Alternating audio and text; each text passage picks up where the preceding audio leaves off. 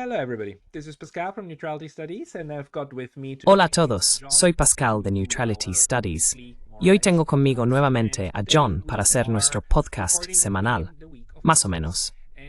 Hoy estamos grabando en la semana de Navidad y estábamos pensando en qué hablarles durante la temporada navideña, ya que no hay muchos eventos felices en marcha y la guerra en sí misma tampoco es un tema feliz.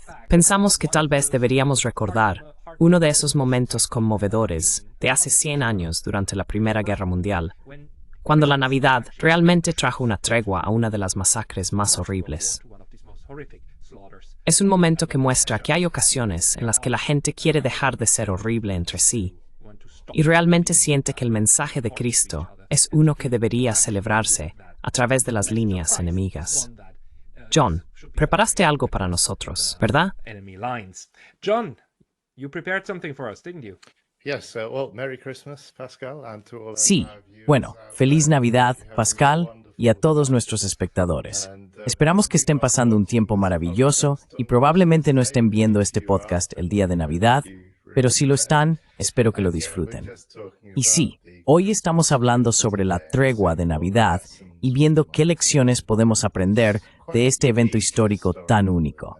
Así que en los últimos podcasts, como has dicho, hemos cubierto algunos temas importantes. Hemos hablado sobre la guerra en Siria y las guerras en Palestina, el malestar en Georgia y una dictadura de 2 horas en Corea del Sur que se extiende hasta 6 horas, dependiendo de cómo se mida. Korea, going up to 6 hours, depending on how you measure it. It is in these dark, uncertain times that hope is most Es en estos tiempos oscuros e inciertos cuando la esperanza es más valorada. Al igual que la luz del sol, se aprecia más en las profundidades del invierno británico que en el abrasador desierto árabe. Todavía estamos esperando. Aún no ha salido. Pocas veces y lugares en la historia pueden haber sido más oscuros o inciertos que las trincheras de la Primera Guerra Mundial. Y sin embargo, es en este mismo tiempo y lugar donde la esperanza se manifestó en uno de los eventos más extraordinarios en la historia del hombre y el conflicto. El tema de hoy es la tregua de Navidad de 1914. Entonces, ¿qué sucedió en el periodo previo a esta tregua? En primer lugar, estuvo el disparo que se escuchó en todo el mundo, el asesinato del archiduque Francisco Fernando, que puso en marcha todas las alianzas de seguridad y acuerdos que se habían hecho previamente.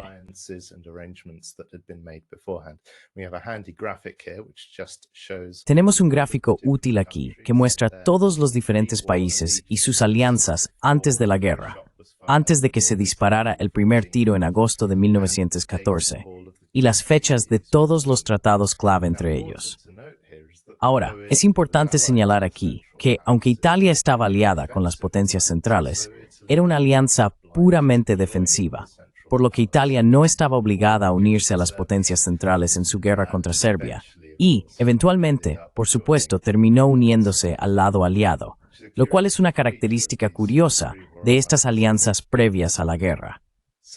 Así que sin preguntarte por qué ocurrió la Primera Guerra Mundial, es obviamente un evento histórico en las relaciones internacionales. ¿Cuáles dirías que fueron los errores realmente importantes cometidos durante este periodo que llevaron a este tipo de conflicto?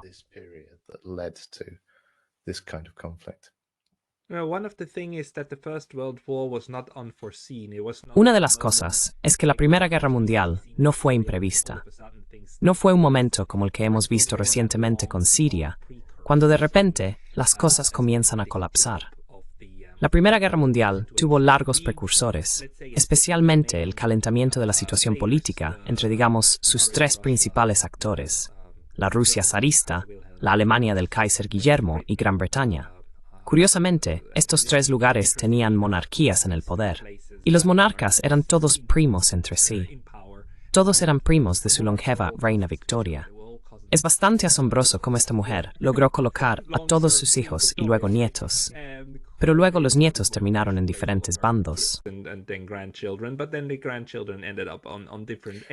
Lo cual, por supuesto, imaginarías que sería una receta para la paz si todos los países estuvieran gobernados por la misma familia. Y sin embargo, No, no lo es. Fue una receta para desastres de otro tipo. Y la cuestión es, quiero decir, el desarrollo político, especialmente la carrera armamentista que estaba ocurriendo, era bien conocido y bien entendido. Una de las conferencias más importantes que ocurrieron fueron las conferencias de paz de La Haya de 1899 y 1907. Ambas conferencias fueron convocadas por los rusos y estaban destinadas a ser conferencias de desarme, porque se entendía bien que la carrera armamentista de la época era un acontecimiento desafortunado. Haría la situación cada vez más peligrosa.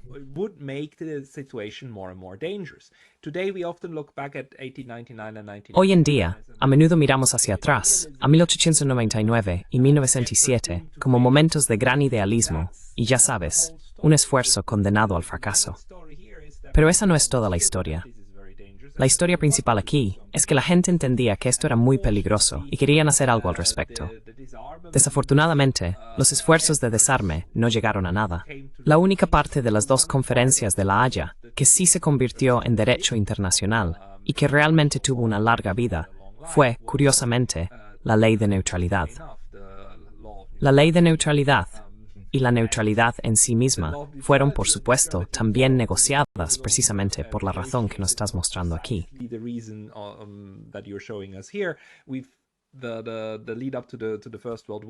El periodo previo a la Primera Guerra Mundial también fue una época de formación de alianzas, y estas alianzas eran inherentemente peligrosas. Incluso Bismarck, quien para el momento de la Primera Guerra Mundial ya había muerto hace tiempo, sentía hacia finales del siglo XIX que estas alianzas podrían realmente causar una gran catástrofe una vez que los dominós comenzaran a caer. Y como puedes ver aquí, eso es algo que sucedió cuando en 1914 Franz Ferdinand, el príncipe heredero del Imperio Austrohúngaro, fue asesinado en Sarajevo. Ese evento en sí, que en realidad fue algo bastante pequeño, de acuerdo, fue una gran noticia, pero no fue tan dramático en términos de escalar tensiones, tuvo un efecto dominó.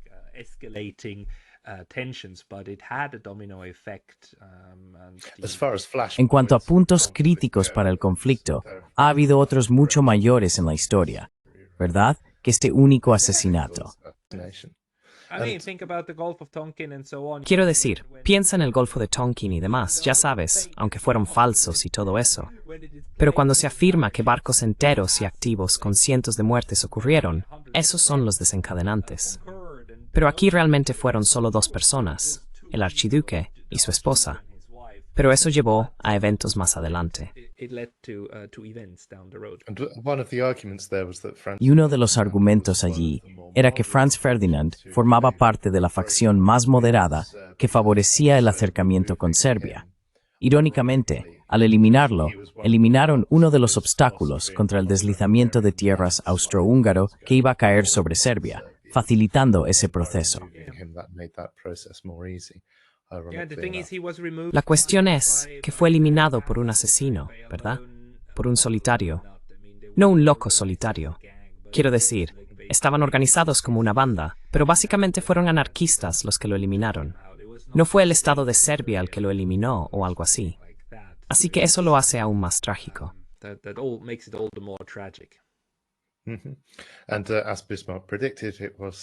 Y como predijo Bismarck, fue algún maldito estallido tonto en los Balcanes, parafraseando, lo que provocó que todas estas alianzas de seguridad interconectadas entraran en juego. Entonces, después de que esto sucede, hay un periodo de tiempo muy interesante en el que no tenemos que entrar, pero en solo unas pocas semanas, realmente todas estas alianzas se ponen en marcha. Hay diplomáticos tratando de crear paz aquí. Sus esfuerzos fracasan.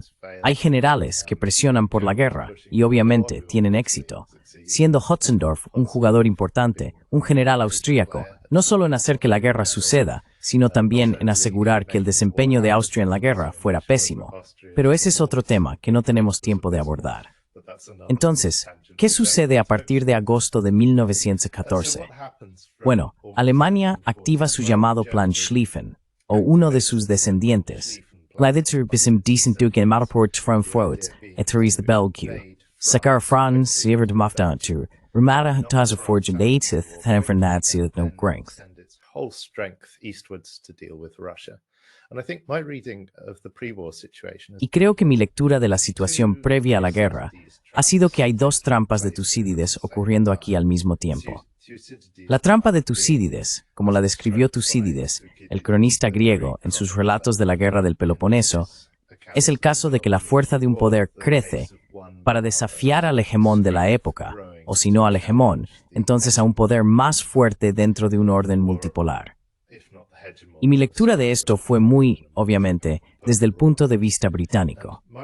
Escuchamos que el poderío industrial de Alemania había superado al de Gran Bretaña y que solo era cuestión de tiempo antes de que eclipsara a Gran Bretaña en el comercio y luego saliera a afirmarse por posesiones coloniales, lo que la llevaría a un conflicto directo en los mares abiertos con el Imperio Británico.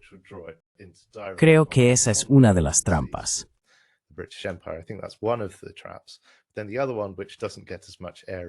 Luego el otro, que no se menciona tanto en medios anglófonos, es entre Alemania y Rusia.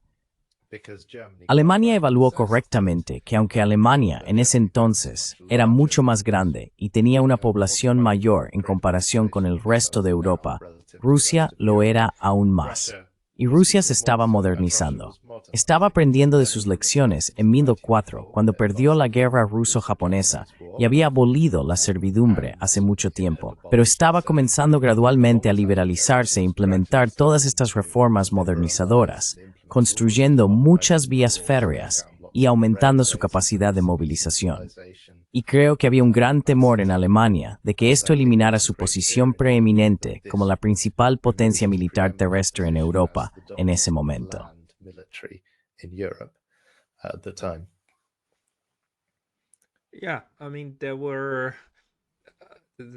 Sí, quiero decir, había un juego geopolítico en marcha entre todos ellos.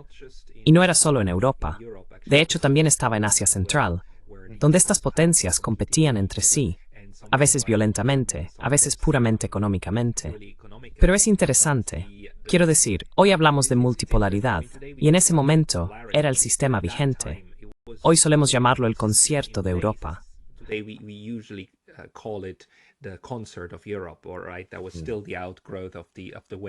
Eso todavía fue el resultado de la forma en que terminaron las guerras napoleónicas en 1815.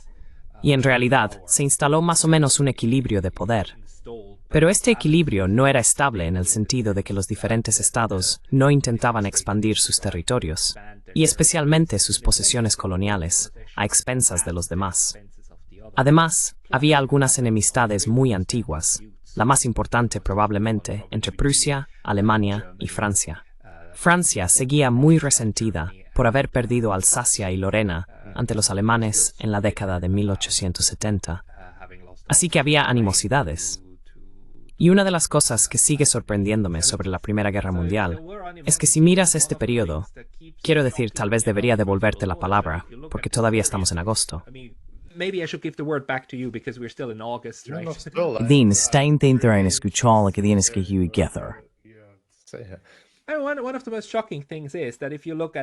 Una de las cosas más impactantes es que si observas el momento en que la guerra se transforma de este tipo de conflicto a pequeña escala, todavía negociando pero no. Y luego, al final de agosto y en septiembre, las declaraciones de guerra comienzan a volar de un lado a otro. Los alemanes declaran la guerra a Francia y Francia a Alemania y los británicos a Alemania. Los alemanes pasan por Bélgica y todos declaran la guerra a todos los demás. Luego comienzan a movilizar las fuerzas. Cuando miras las fotos, son personas felices. Todos celebran la declaración de guerra en Londres. Mira el Palacio de Buckingham. Todos están agitando sus sombreros.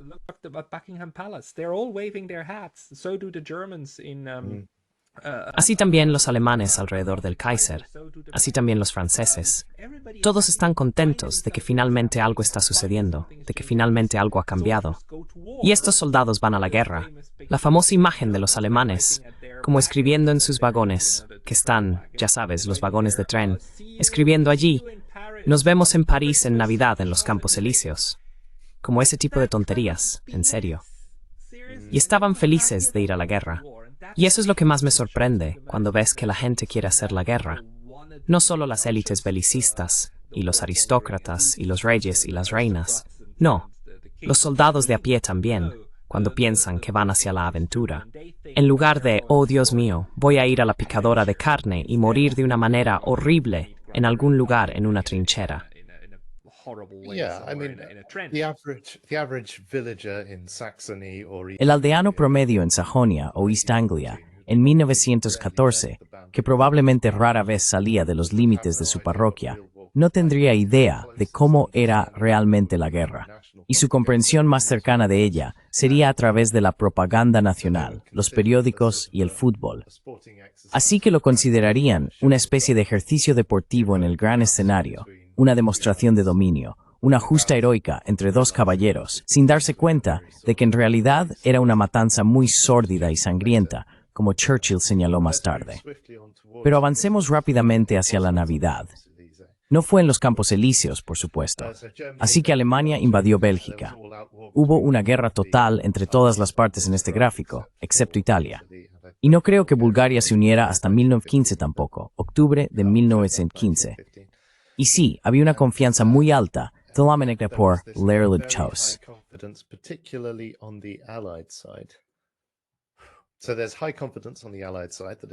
Entonces, hay una gran confianza en el lado aliado de que todo terminará para Navidad. Los aliados tienen una vasta superioridad en mano de obra y capacidad industrial. Francia y Gran Bretaña son los mayores imperios coloniales por extensión territorial en el mundo en ese momento. Juntos, controlan gran parte de la superficie mundial, y su enemigo estaba luchando una guerra en dos frentes, mientras que ellos estaban luchando una guerra en medio frente, técnicamente, si lo divides entre ellos. Además, el control británico del mar significaba un bloqueo naval total de las potencias centrales, aunque esto no se volvería decisivo hasta mucho más tarde en la guerra, debido a varios factores. Y existía esta idea de que la victoria era cuestión de tiempo. También era cuestión de sangre, desafortunadamente. Entonces, fue la incompetencia militar lo que llevó a que esta guerra se prolongara y no fuera una victoria rápida y decisiva de ninguno de los lados. Bueno, no creo que sea del todo justo decir eso.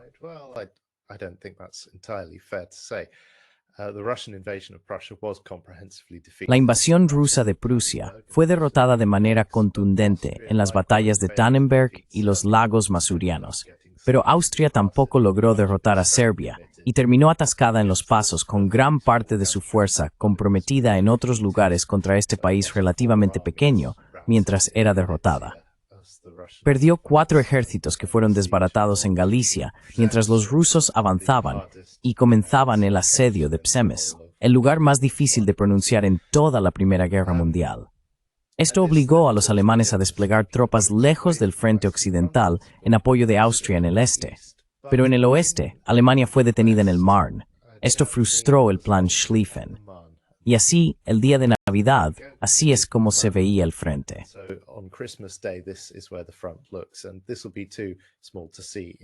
Y esto será demasiado pequeño para ver en detalle, pero todo lo que necesitas saber, más o menos, es que el azul representa a los franceses y los británicos, y el rojo representa a los alemanes, porque por alguna razón todos los mapas colocan al lado anglo como azul y a sus enemigos como rojo. No sé por qué hacen esto. Imagino que es algún tipo de codificación de videojuegos, pero eso es lo que sucede. Y sí, aquí es donde estamos. Hemos tenido la carrera hacia el mar.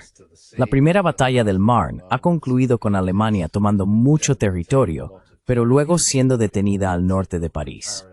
Luego está la carrera hacia el mar, mientras ambos lados cavan y construyen trincheras hasta el Canal de la Mancha, resultando en estas líneas de fortificaciones y trincheras. Y luego está la batalla de Ypres, que dura más de un mes, mientras ambos lados intentan hacer un avance y fallan.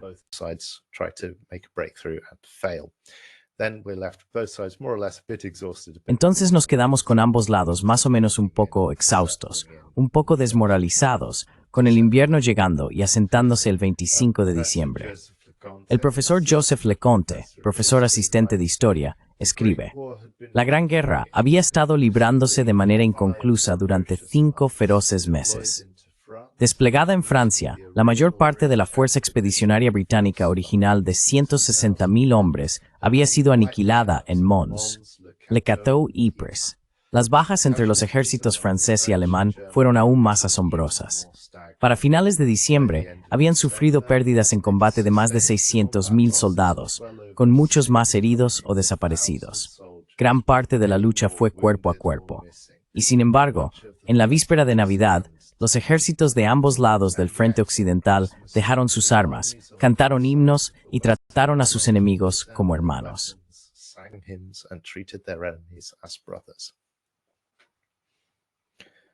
Sí, por favor, continúa. Es una pieza de historia realmente curiosa, esta que en medio de todo esto, la gente pueda abrazarse como personas comunes y corrientes. Y creo que a pesar de las pretensiones de superioridad europea del siglo XIX y toda la dicotomía de civilización versus barbarie, este tipo de breve episodio de civilización en medio de una barbarie total fue lo más cercano que llegaron a cumplir con esa pretensión. Me gusta pensar que si tuviéramos una sociedad perfecta, una sociedad mundial perfectamente organizada, ya sea internacional o de cualquier otro tipo, sería tal que al verse obligados a luchar, resultaría en una tregua permanente debido a la incapacidad o falta de inclinación de los combatientes a nivel individual para asesinarse a sangre fría en nombre de alguna gran idea. Pero eso es obviamente muy idealista.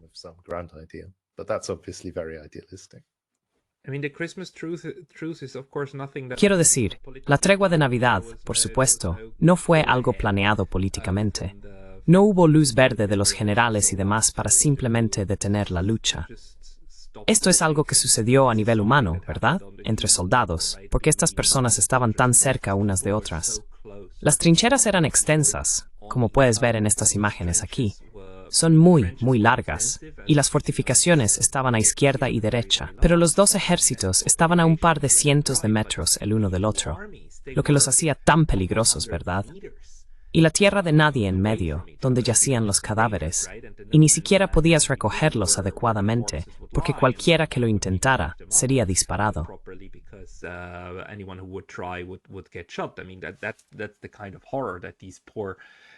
Quiero decir, ese es el tipo de horror que estos pobres hombres tuvieron que soportar en ambos lados. Era frío, espantoso y sombrío. Y luego, dentro de esto, el hecho de que algunos de estos hombres comenzaron a cantar canciones navideñas en ambos lados y se dieron cuenta de que, aunque cantaban en diferentes idiomas, estaban cantando las mismas canciones, los mismos himnos.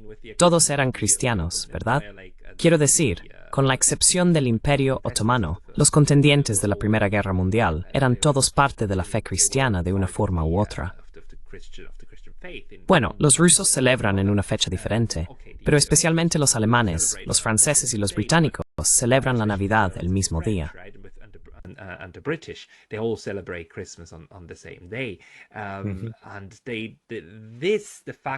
Y esto, el hecho de que todos sabían que era Navidad, y el hecho de que podían escuchar los himnos desde el otro lado, les hizo darse cuenta, como, está bien, a pesar de toda la demonización, te das cuenta de que no, en realidad, estas son personas que comparten mucho con nosotros. Y que eso fuera capaz de anular sus órdenes de matarse entre sí, es un momento absolutamente muy humano en esta situación inhumana, lo que nuevamente muestra que las personas en sí mismas no son las malvadas. Aquí es donde no estoy de acuerdo con el realismo simple. No está en nuestra naturaleza necesariamente matarnos entre nosotros. Son los sistemas y las circunstancias los que nos obligan, ya sea algo físico como el hambre, o algo estructural como, ya sabes, 3, 4, 5 líneas de mando diciéndote que vayas y mates a ese tipo de allí. Esencialmente, un matricidio potoltbemo. Sí. Quiero decir, si la elección es entre intentar matar al otro o ser asesinado tú mismo, entonces es natural que hagas eso. Así que el verdadero crimen es que ocurran tales momentos. Y necesito contarte una pequeña anécdota aquí. No se trata de la Primera Guerra Mundial entre Francia y Alemania, sino de la Segunda Guerra Mundial en Okinawa. Cuando vine a Japón por primera vez en 2004, tuve el privilegio de conocer a un japonés que luchó en Okinawa. Tenía más de 80 años en 2004 y ahora lleva más de 10 años muerto. Pero era un gran tipo y lo entrevisté y le pregunté entonces, Luchaste en Okinawa, las batallas más sangrientas, como combate cuerpo a cuerpo, muy similar a lo que tuvimos aquí, solo con armas diferentes, más modernas.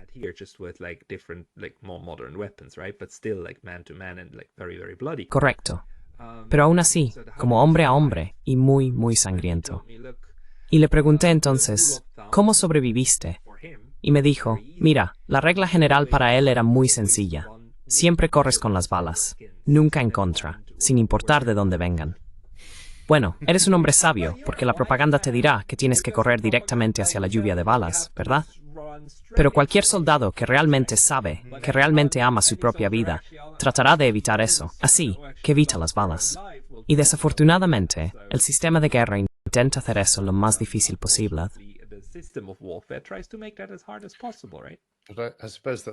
Supongo que eso también es si las balas van hacia adelante, entonces avanzas con ellas. Y si las balas vienen hacia ti, entonces te retiras. Pero sí, una regla general muy interesante, muy simple. No corras contra las balas. Entonces, esa es una anécdota realmente interesante. Volviendo a la Navidad de 1914, comenzó con villancicos en la mayoría de los lugares la noche de Nochebuena.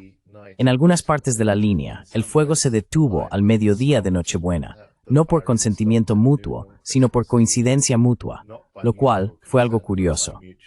Y luego más tarde, ambos lados entraron en tierra de nadie para recuperar a sus muertos y heridos. Es bastante notable pensar que habría habido hombres heridos tendidos en cráteres de obuses en tierra de nadie en ambos lados, celebrando la Navidad en cada lado, y sus amigos no podían rescatarlos porque tan pronto como asomaban la cabeza, temían que les dispararan.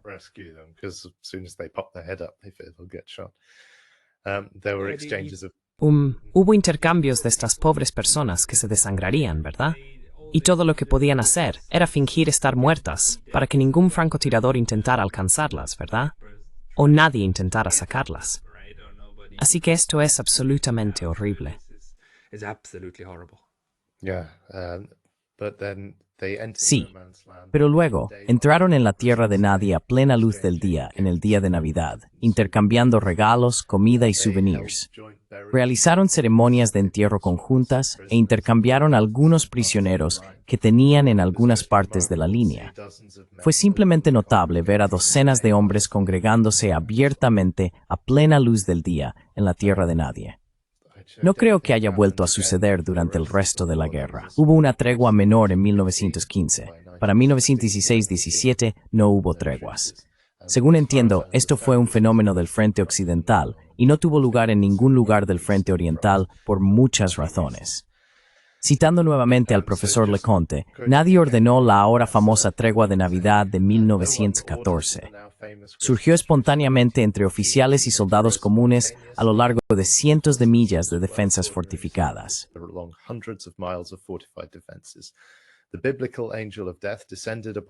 El ángel de la muerte bíblico descendió sobre los hogares de Egipto durante la cautividad de Israel y los destruyó. Pero esta visita fue su reverso, un estallido de humanidad que barrió las líneas a lo largo del frente occidental. Comenzando en la víspera de Navidad y extendiéndose hasta el día de Navidad, las máquinas de matar de la Gran Guerra se silenciaron. Entre las trincheras, los odiados y amargos oponentes se reunieron alrededor del árbol de Navidad y cantaron villancicos. Joseph Wenzel, un soldado de la infantería alemana, escribió a sus padres: «Esta visión única en la vida no la olvidaré». Los soldados salieron de sus trincheras y saludaron a sus adversarios en tierra de nadie. Se reunieron para cantar Stille Nacht, Noche de Paz, y para intercambiar comida, bebidas y tabaco.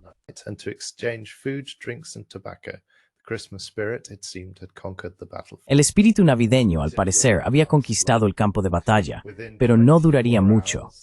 En 24 horas, la lucha se reanudó y el espíritu del príncipe de la paz fue arrastrado de nuevo a un abismo de guerra y desolación. Gran parte del vigor, la confianza y la decencia de Occidente parecían desvanecerse con él.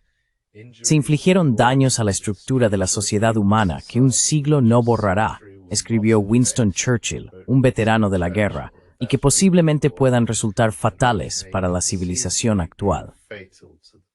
No estoy seguro de que sea justo caracterizar a Churchill como un veterano de la guerra, porque creo que ya estaba en el almirantazgo en ese momento.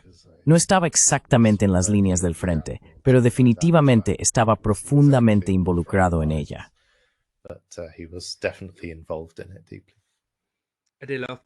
Les encanta hacer eso, ¿verdad?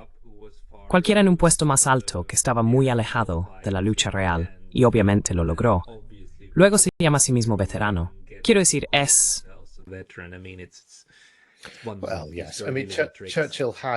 Bueno, sí. Quiero decir, Churchill había luchado, pero no estoy seguro de que realmente se describiera a sí mismo como un veterano de la Primera Guerra Mundial. No he visto eso. Pero sí luchó en numerosas guerras imperiales antes de eso. Era lo suficientemente mayor y tenía un rango lo suficientemente alto para entonces que no estuvo involucrado en las líneas del frente, según entiendo. Estuvo involucrado en la planificación de Gallipoli, por ejemplo, que fue un desastre, aunque también se ha llamado la única idea estratégica original que los aliados tuvieron en los 4 años de conflicto, lo cual también suena como un desastre si me preguntas. Pero ahí vamos. Pasando a algunos relatos de testigos presenciales entonces.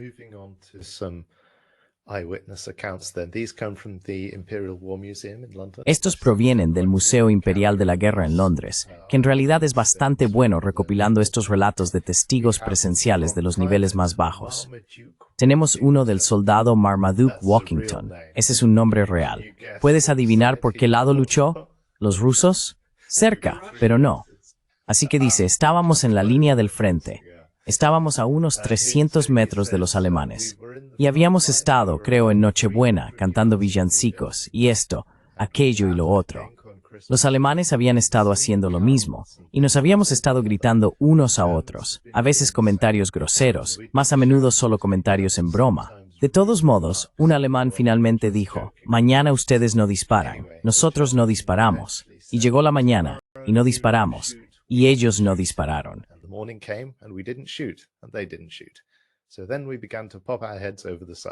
Entonces comenzamos a asomar la cabeza por el lado y saltar rápidamente por si disparaban, pero no dispararon.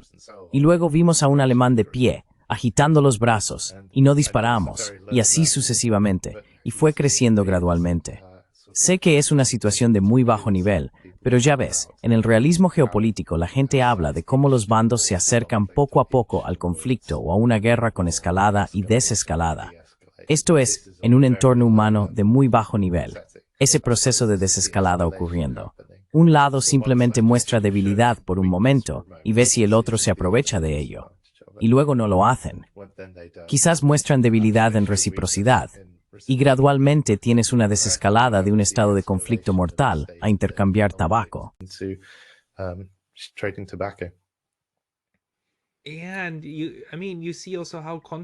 Y quiero decir, también ves cómo funciona la construcción de confianza a nivel micro, ¿verdad? El hecho de que el otro no disparara te dio la confianza para intentar algo más. Quiero decir, estas personas que asomaron la cabeza o incluso se pararon encima de las trincheras, arriesgaron sus vidas, ¿verdad? Quiero decir, eso fue algo enorme. Y el hecho de que del otro lado nadie disparara también significa que no tenías a esos fanáticos locos que querrían matar a cualquier precio. Entendieron lo que estaba pasando, y su instinto les dijo que se contuvieran y no dispararan a ese otro, que obviamente estaba allí de buena fe. Y luego, ya lo mencionaste, ¿verdad? Sucedió solo en la versión más pequeña, en 1915, y luego no volvió a suceder en el 16 y 17, porque las órdenes eran, quiero decir, estaba bastante claro que esto no debía volver a suceder, ¿verdad?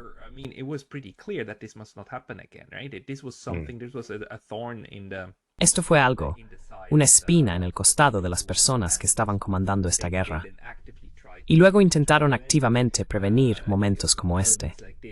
Y ya sabes, en términos militares, incluso hay una mala palabra para esto. Se llama fraternización con el enemigo, como si convertirse en hermanos fuera algo negativo. Pero esto es lo que la maquinaria de guerra intenta hacer. Intenta cortar los lazos entre las personas y enfrentarlas entre sí. Y aquí tuvimos un momento en el que esa estrategia, probablemente porque era el comienzo de la guerra, Probablemente porque las cosas no estaban bien pensadas. Probablemente porque todavía había mucha bondad en estas personas. No solo bondad, sino también oposición a la pura matanza. Que realmente tenían la necesidad y el impulso y el sentimiento de intentar crear un día de Navidad con sus enemigos. Yeah, and on the subject of the generals, Sí, y sobre el tema de los generales, tomando medidas para evitar que esto suceda en los próximos años, me recuerda que los generales ven la guerra más como un juego en abstracto, como un juego de ajedrez, por ejemplo. Y si recuerdas de Harry Potter, de todos los lugares, hay una escena absurda donde las piezas de ajedrez en Harry Potter son conscientes, ¿verdad? Le responden a los jugadores que las están comandando. Así que si le dices a una pieza que vaya a algún lugar, si no tiene confianza en ti, se dará la vuelta y te dirá que no debería ir allí, que debería ir a otro lugar o lo que sea, o que alguna otra pieza debería ser sacrificada y no esta. Obviamente eso es cómico y es absurdo. Pero creo que de alguna manera muestra un poco la desconexión entre los generales que ven su guerra que están llevando a cabo, más como un juego, con piezas que pueden responderte.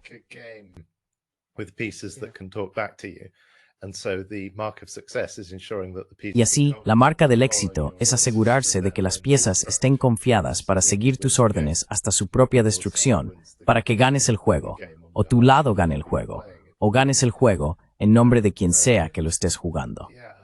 Y sí, creo que eso es un pequeño anécdota realmente curiosa. Tenemos una cita de un oficial de artillería llamado Richner, un alemán que estaba confraternizando con soldados franceses, curiosamente. Recuerdo muy bien la Navidad, recuerdo el día de Navidad, cuando los soldados alemanes y franceses dejaron sus trincheras. Fueron al alambre de púas entre ellos, con champán y cigarrillos en sus manos, y tenían sentimientos de confraternización, y gritaban que querían terminar la guerra. Y eso duró solo 2 días, realmente 1 y medio. Y luego llegó una orden estricta de que no se permitía la confraternización, y tuvimos que quedarnos en nuestras trincheras. Esto es exactamente lo que estabas diciendo.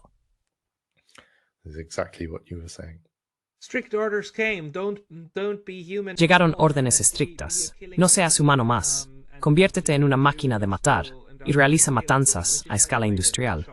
Esto es lo que, por cierto, conmocionó la conciencia de Europa al final, una vez que se conoció la magnitud total de la tragedia. Hasta entonces, no teníamos este tipo de matanza mecanizada de la era industrial. Muchos de estos hombres entraron en estas guerras pensando que sería, nuevamente, como mosquete contra mosquete, ¿verdad? Y así sucesivamente. Pero luego estaba el gas y estaban los tanques.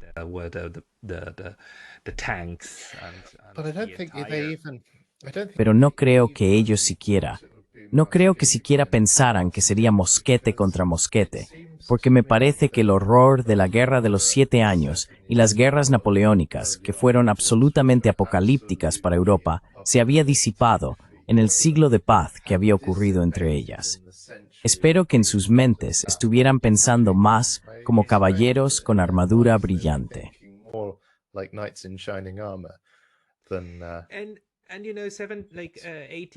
Y sabes, como en la década de 1870, ¿verdad? La guerra franco-prusiana y demás. Estaban imaginando escenas como estas. Y la gente era consciente de que la guerra es guerra, pero la pensaban en una escala mucho más pequeña. Además, probablemente no eran conscientes de los números involucrados. Sí.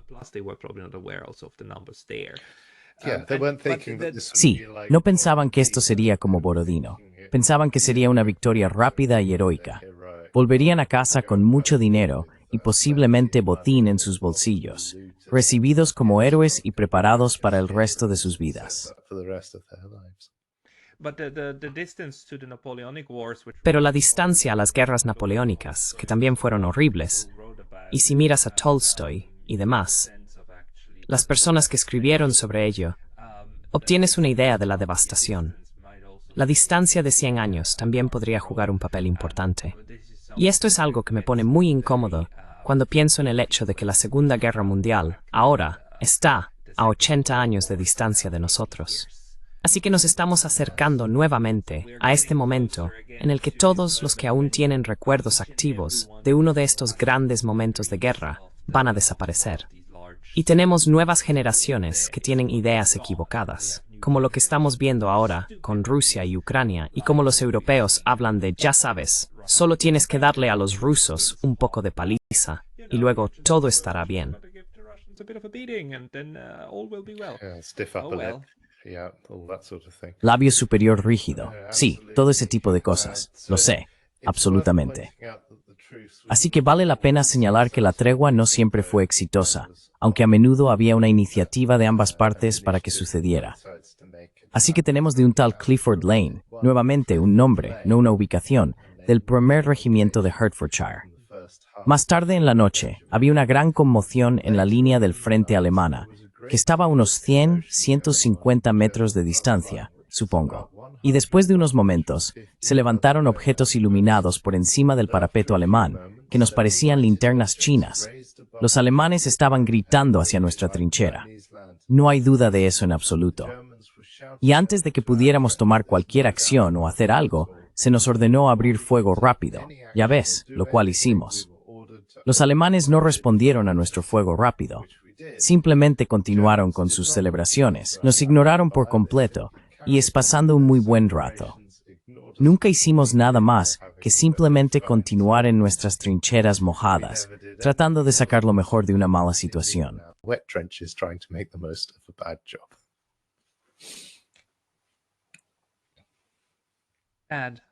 Mal. Incluso esos pequeños mentos fueron arrebatados a la gente. Por mal, me refiero a comentarios simplemente horribles.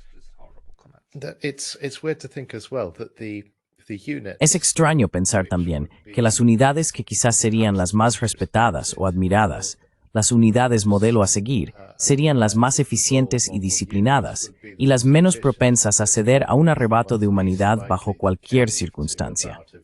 Y así es curioso pensar que las expectativas sociales generales, en este caso, van completamente en contra de la humanidad, lo cual ocurre mucho en la guerra organizada. Which happens a lot in organized warfare.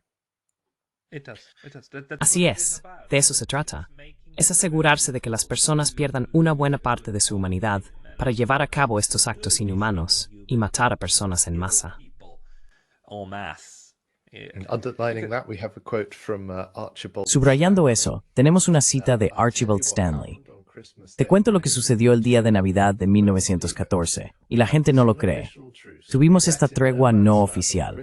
Nos encontramos en tierra de nadie el día de Navidad de 1914. Nos dimos la mano. Eran sajones y escuché a un tipo hablando inglés. Le dije, ¿hablas inglés? ¿Sabes lo que dijo? Corblimey, amigo, dijo.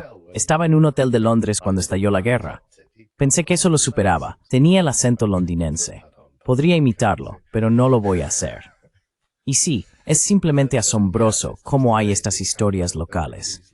Ahora, muchas de las que lees no tienen respaldo, ¿verdad? No hay investigación entre tus fuentes. Tienes un relato de un testigo ocular y lo tomas o lo dejas, y puedes adivinar que la historia posiblemente ha crecido al contarse. Pero aún así, es completamente creíble que algo así podría haber sucedido. It's utterly believable that something like this could have happened. Quiero decir, sabemos que sucedió. Podemos hablar de las anécdotas, si ocurrieron de la manera en que se contaron, pero sabemos que estos grandes y masivos casos de confraternización a través de las trincheras ocurrieron. Así que eso es sin duda la verdad. Y luego, ¿cómo lo experimentaron los soldados individuales? Bueno, quiero decir que es secundario. Probablemente no lo sea. Fue una motivación primaria, pero esta imagen es realmente de uno de estos. Yes, these are photos from the Imperial War Museum. Sí. Estas son fotos del Museo Imperial de la Guerra de los Soldados Reales, alemanes y sus enemigos, tanto franceses en algunos como británicos en otros, principalmente británicos, que se tomaron fotos entre ellos, porque había cámaras en las líneas, para reconocimiento y todo tipo de cosas. Y estas fotos han perdurado. Así que creo que tengo 3 aquí, pero hay más en el sitio web del Museo Imperial de la Guerra, que si quieres aprender más sobre esto, definitivamente deberías visitar, porque cubren este tipo de cosas todo el tiempo como parte de la historia. Y hay una cita más. Vean uniformes alemanes, muy alemanes, y británicos muy británicos, uno al lado del otro. Una última cita que leeré aquí. Recibimos órdenes. Bajen a la trinchera. Regresen a sus trincheras, cada hombre. De boca en boca por cada trinchera. Todos de vuelta a sus trincheras, gritando. Los generales detrás deben haberlo visto y se pusieron un poco sospechosos. Entonces, lo que hicieron fue dar órdenes para que una batería de cañones detrás de nosotros disparara y una ametralladora abriera fuego, y los oficiales dispararan revólveres a los alemanes. Por supuesto, eso reinició la guerra. Oh, los maldecíamos al infierno, maldecíamos a los generales y todo eso. ¿Quieres meterte aquí en estas cosas? No importa que des órdenes desde tu gran castillo y conduzcas en tus grandes coches. Odiábamos la vista de los malditos generales. Eso es de un tal George Ashurst. That's from one George Ashurst. Es exactamente el tipo de sentimiento que la gente debería haber tenido. Y ya sabes, sé que es idealista y demás, como ese eslogan de paz de los años 70. Imagina que era guerra y nadie fue. Esto es exactamente eso. Es como si no pudieras movilizar a todas estas personas para que realmente murieran por ti en las trincheras, entonces se reduciría un par de personas teniendo que jugar al ajedrez para resolverlo. Por supuesto, no podemos detener la guerra con estos eslóganes, pero vale la pena recordar que son estos hombres individuales y ahora también mujeres muriendo en las líneas del frente, en las guerras que están ocurriendo en este momento, en Ucrania, en el Medio Oriente, en Asia Occidental. Correcto, las personas que están siendo desplegadas para luchar en esto. Y estos momentos nos recuerdan que después de todo, hay humanidad.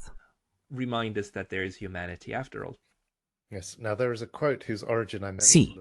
Ahora, hay una cita cuyo origen quería buscar antes del podcast, pero quizás nuestros comentaristas puedan ponerla en la sección de comentarios, que creo que realmente habla de este evento. Y es que la guerra es un lugar donde jóvenes que no se odian entre sí se matan en nombre de viejos que sí se odian entre sí, pero no se matan.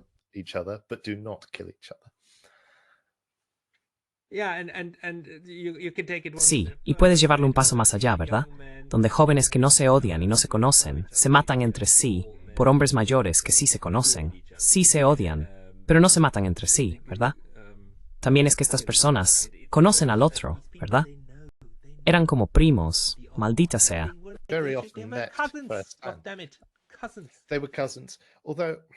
Eran primos. Eran primos. Aunque creo que es difícil argumentar hasta qué punto los propios monarcas eran personalmente responsables en estas monarquías constitucionales de sus propios sistemas políticos. Obviamente tenían responsabilidad personal, pero el alcance de eso es tema de toda otra discusión. Pero sí, en términos modernos, es absolutamente cierto que ha habido reuniones y discusiones al más alto nivel. Biden y Putin se han reunido, quienes ahora están involucrados en esta guerra por poderes en Ucrania y así sucesivamente. Y por lo tanto, se conocen, al menos en la medida de haberse encontrado y estudiado mutuamente.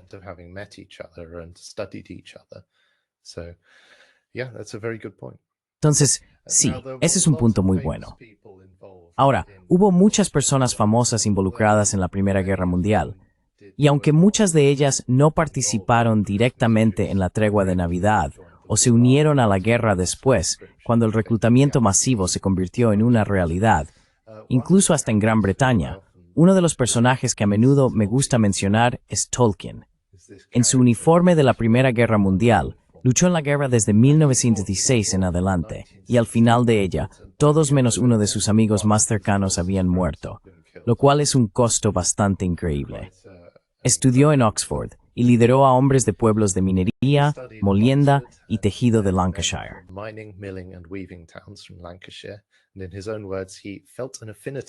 Y en sus propias palabras, sentía una afinidad por estos hombres de clase trabajadora, pero el protocolo militar le prohibía desarrollar amistades con otros rangos.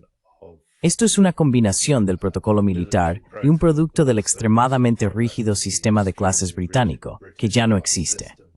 Pero en aquel entonces era algo real. Creo que la influencia de la Primera Guerra Mundial en el universo mitológico de Tolkien es profunda, hasta e incluyendo el notable capítulo al final del Señor de los Anillos, el saneamiento de la comarca, donde se revela al regresar victoriosos del frente que la guerra ha llegado incluso a la pacífica y tranquila comarca. ¿Estás familiarizado con El Señor de los Anillos? Yes. Una de las pocas series de fantasía que he leído es completamente hermosa. Completely read. Beautiful. I recently reread it, and it's one of those tales which Recientemente lo volví a leer, y es uno de esos relatos que cada vez que lo lees mejora, lo cual es todo un logro. La guerra también está presente a lo largo de los escritos de su amigo y compañero veterano, C.S. Lewis, quien escribió Las Crónicas de Narnia. Pero creo que estos dos escritores y su círculo se destacan por mantenerse optimistas y religiosos, y continuar a través de sus escritos, transmitiendo la creencia en un universo moral, mientras que la corriente cultural principal de los años 20 y 30 derivó hacia el nihilismo, el existencialismo, el hedonismo, el ateísmo y otros rechazos del orden moral anterior a la guerra. Y solo un par de cosas más antes de cerrar. Hay una cita de George Orwell, que nuevamente no estuvo involucrado directamente en la Primera Guerra Mundial, ciertamente no en la tregua de Navidad.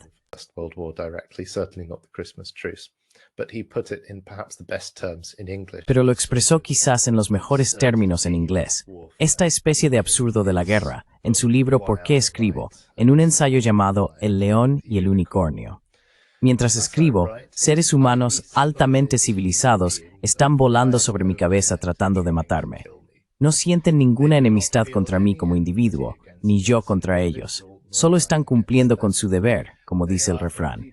La mayoría de ellos, no tengo duda, son hombres bondadosos y respetuosos de la ley que nunca soñarían con cometer un asesinato en la vida privada. Por otro lado, si uno de ellos logra hacerme pedazos con una bomba bien colocada, nunca dormirá peor por ello. Está sirviendo a su país, que tiene el poder de absolverlo del mal.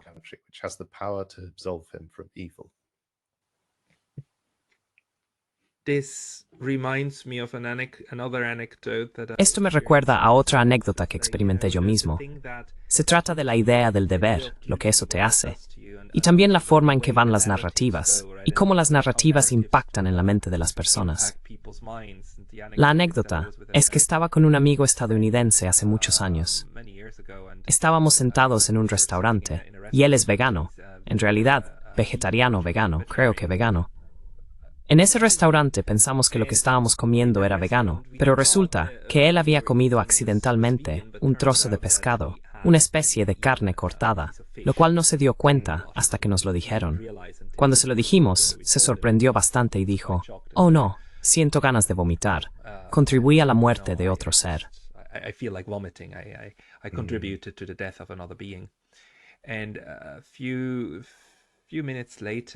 Y unos minutos después, estábamos hablando sobre el incidente de Hiroshima, las bombas atómicas, y él tomó la posición de que, ya sabes, fue una tragedia, pero necesaria para terminar la guerra. Por lo tanto, no fue tan malo. Es como si hace unos minutos argumentaras que comer un trozo de pescado es asesinato, y ahora estás defendiendo una bomba atómica. Esto es lo mismo. Quiero decir, esto es lo que la propaganda y el control de la narrativa hacen a las personas, ¿verdad? Alteran la forma en que piensan sobre la vida. Las personas que vuelan arriba, lanzando bombas, no se consideran asesinos. Se consideran soldados cumplidores. Esta es la psicología de la guerra. Aquí tenemos un ejemplo, afortunadamente, y gracias por sugerir este episodio, de que a veces la humanidad se abre paso. Deberíamos tener esperanza en eso, que en realidad los sistemas psicológicos y sociológicos necesitan romper nuestra humanidad antes de ir a la guerra.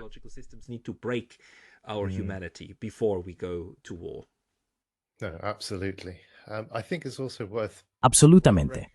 Creo que también vale la pena reconocer hasta qué punto hay una especie de guerra de clases encarnada en esta escala masiva de guerra. Ciertamente, una vez que entra en vigor el reclutamiento, tienes un gran número de personas, a menudo de la clase trabajadora más pobre y sus hijos, siendo enviados a luchar, matar y morir en las líneas del frente.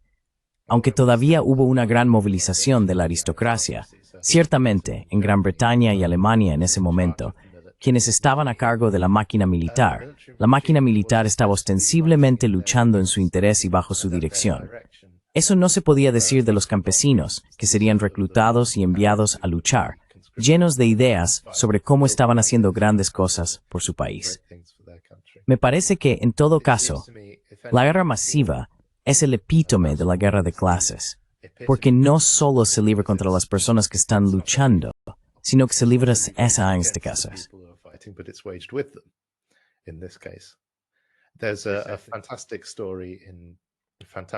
Hay una historia fantástica.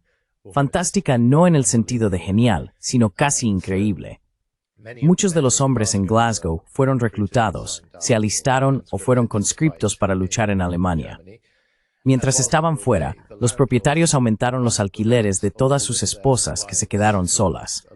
Estaban en medio de toda esta propaganda sobre ayudar al esfuerzo bélico y demás. Los propietarios aumentaron los alquileres cuando no quedaban hombres para defenderse o resistirse contra ellos. Esto resultó en la organización laboral, una huelga de alquileres y protestas de las personas que estaban allí. Cuando escuché esa historia, realmente mostró la mentira de que esto era una gran aventura nacional, porque me parece que las mismas personas que se benefician de la paz a menudo se beneficiaban de la guerra en mayor medida.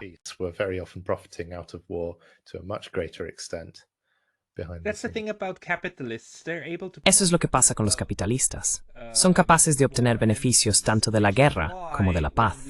Por lo que cuando pensamos en crear sistemas de paz, necesitamos realmente pensar en cómo alistar a los capitalistas del lado pacífico y asegurarnos de que no se pasen al lado belicista, donde pueden obtener buenos beneficios con bombas y balas, y así sucesivamente.